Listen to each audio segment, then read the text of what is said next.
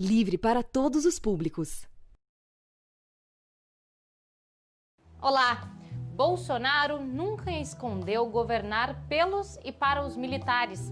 Agora, a proposta de reforma administrativa enviada ao Congresso por sua equipe econômica reforça ainda mais a política de privilégios e concessões de seu governo.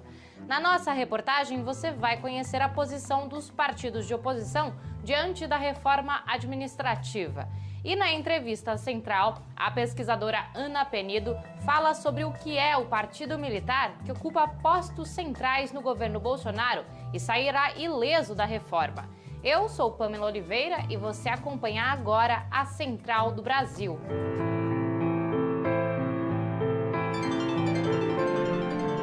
Central do Brasil. As eleições municipais se aproximam. O primeiro turno está agendado para 15 de novembro e este ano a biometria está cancelada. O editor da newsletter Miguel Stedley analisa o impacto dessas eleições para o campo democrático. Embarque imediato.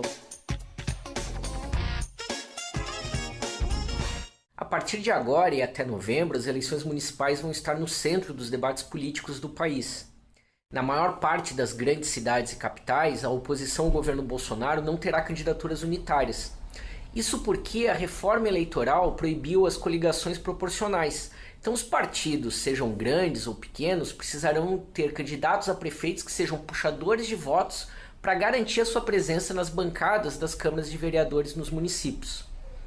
Nas grandes cidades e nas capitais, isso não é exatamente um problema, porque o primeiro turno sempre foi o momento em que os partidos colocam as suas diferenças programáticas, as suas diferenças de propostas, para se unificarem no segundo turno.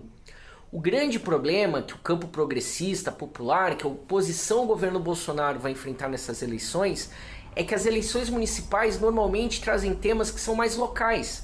A rua, o transporte público, aquilo que está ao alcance do prefeito.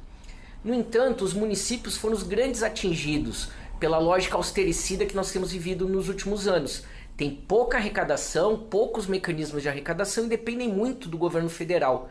Ou seja, para ter sucesso, os municípios precisam nacionalizar o debate. É preciso construir um debate em que a população entenda que sem trocar o presidente não vai adiantar trocar o prefeito ou os vereadores. Calor, praia, futebol e pandemia. O governo Bolsonaro continua ignorando a pandemia e as políticas de contenção do coronavírus. E com isso, se espalha uma sensação de que não há mais com o que se preocupar. Enquanto o país do futebol enterra 700 corpos na média móvel dos últimos 7 dias, a continuação do Campeonato Brasileiro contribui para o clima de normalidade. Vamos acompanhar a reportagem de Afonso Bezerra. Trilhos do Brasil. O retorno do futebol preocupa porque ele é um símbolo nacional e um agregador de massas. A realização das partidas, mesmo sem o público, acaba sendo um grande estímulo à retomada de atividades fora de hora, como eventos sociais, a pelada do final de semana, sem esquecer neste contexto do risco que vários profissionais estão envolvidos, desde a comissão técnica, jogadores, até profissionais que estão no eixo do futebol, como o setor hoteleiro, comunicação e segurança. O professor Renato Levin Borges também avalia que esta retomada é uma tentativa de normalizar a gravidade da pandemia. Um esporte mais popular do Brasil, que mobiliza tanta gente, acaba dando uma ideia para a população, me parece, de que as coisas estão voltando ao normal. Então, se o futebol está de volta, é normal que eu possa me aglomerar, é normal que eu possa sair na rua, é normal que eu possa fazer circular. E isso vai fazer circular, obviamente, o vírus e piorar a situação da pandemia. O futebol no Brasil retornou assim, com arquibancadas vazias e um espetáculo rodeado de apreensões. Desde a retomada, 116 atletas já testaram positivo para o coronavírus. O problema é que, mesmo com estas incertezas, o espetáculo tem servido a um propósito específico, de acordo com a avaliação de especialistas: demonstrar que é possível retomar as atividades normalmente, tal como eram exercidas no pré-pandemia, e desconsiderando os riscos do coronavírus. Esta é a avaliação do historiador e estudioso do futebol, Diogo Xavier. O futebol é um grande símbolo nacional e ele foi utilizado durante vários regimes e modelos de governo aqui no país. Agora, durante a pandemia, o futebol ele foi utilizado pelo governo Jair Bolsonaro para tentar passar uma certa normalidade, que desde o primeiro pronunciamento do presidente foi a política adotada pelo governo, de não se preocupar porque era apenas uma gripezinha e de não realizar o distanciamento social. A Parada Cultural tem dica de banda. Se você está cansado de ouvir as mesmas músicas, fique atento à dica da advogada Aisla Amorim, do Distrito Federal. Parada Cultural. E hoje eu vim dar uma dica de uma banda incrível, que é a banda Rainers Verdes. É uma banda daqui do DF, uma banda incrível, que tem o protagonismo negro, tem protagonismo LGBT. A Raina, que é a vocalista, é uma cantora nordestina, e é uma banda de Samambaia, uma região administrativa periférica daqui do DF. E eles têm um festival e vêm desenvolvendo esse protagonismo negro na periferia, descentralizando a cultura através desse festival múltiplo e multicultural. O desdobramento das investigações sobre o assassinato da vereadora Marielle Franco, do PSOL, e do motorista Anderson Gomes revelou, nesta quarta-feira, o envolvimento de Cristiano Girão Matias como possível contratante de Rony Lessa, um dos executores do crime. Girão é ex-vereador pelo Rio de Janeiro, pelo Partido da Mobilização Nacional, e esteve preso por 8 anos, condenado por formação de quadrilha, mas está em liberdade condicional desde 2017. Seu nome constava na lista da CPI das milícias, da qual Marielle participava ativamente. Qual a relação de Girão com os mandantes do cruel assassinato? 2 anos e meio depois do crime, ainda permanece sem resposta a pergunta: quem mandou matar Marielle?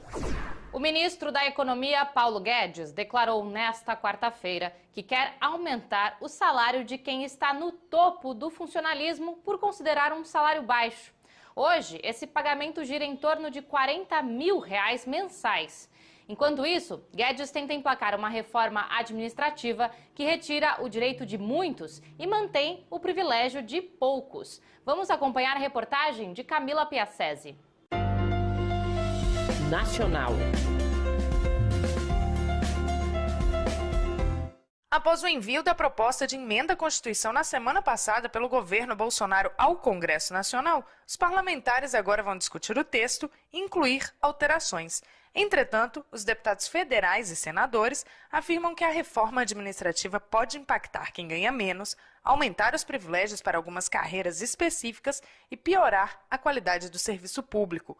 O líder da minoria no Congresso Nacional, o deputado federal José Guimarães, ressaltou que o Brasil não precisa de uma reforma desse tipo agora, ainda mais em tempos de pandemia. O Brasil precisa de mais Estado, presença de mais políticas públicas. E o que essa reforma está fazendo é diminuir esse serviço.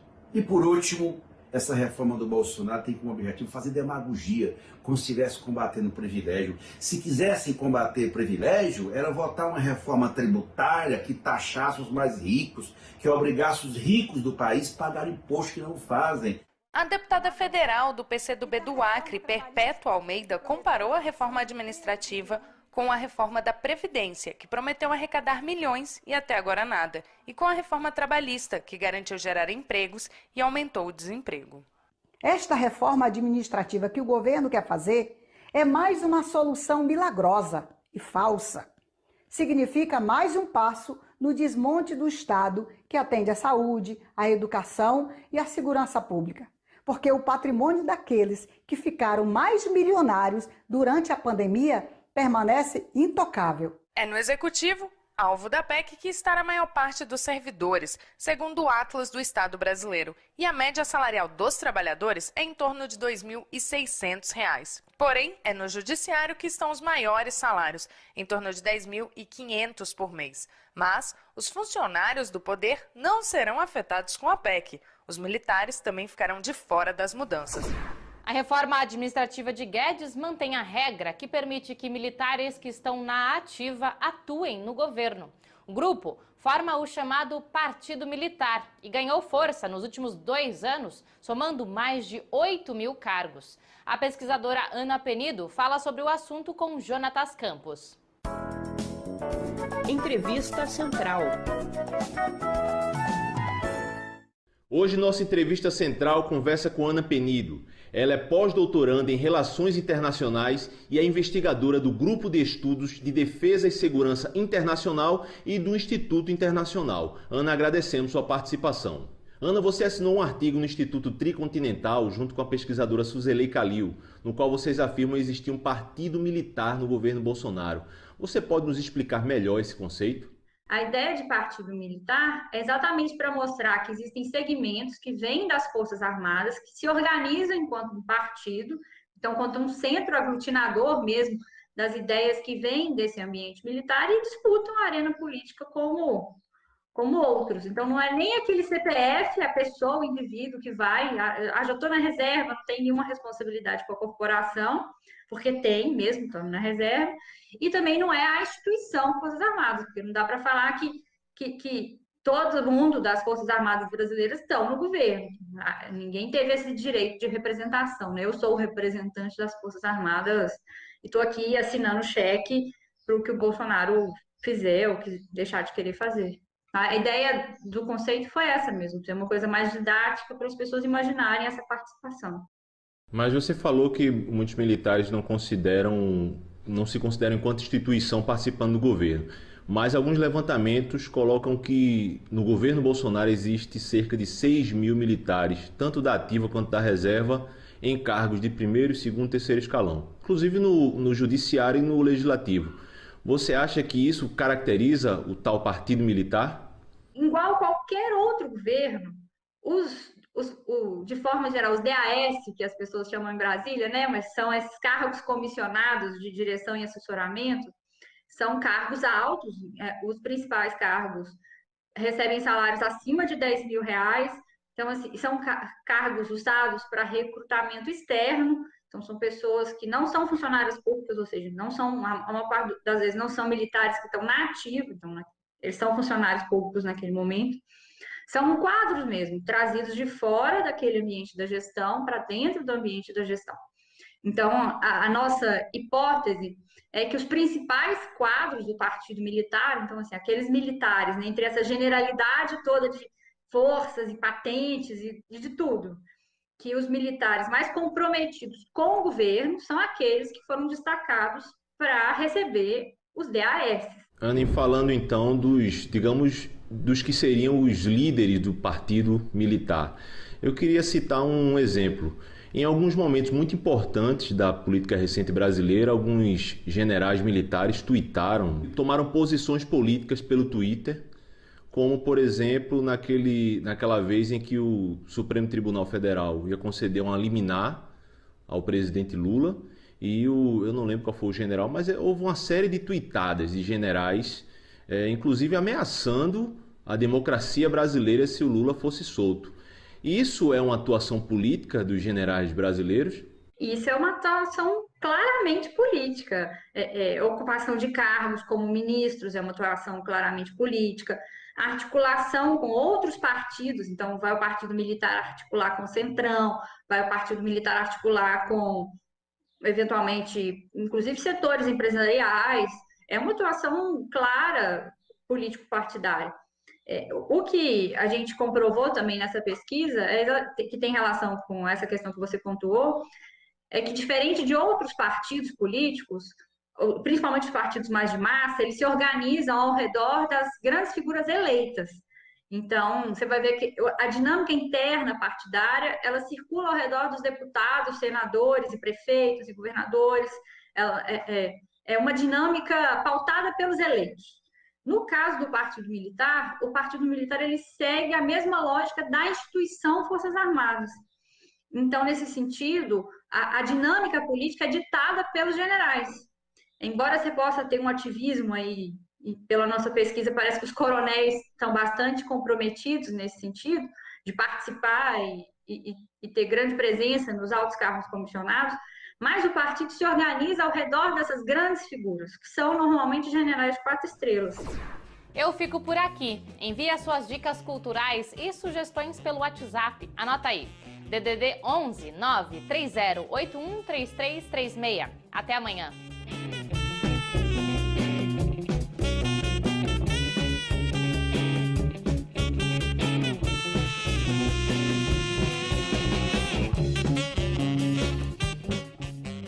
Central do Brasil, a rede de comunicação dos movimentos populares.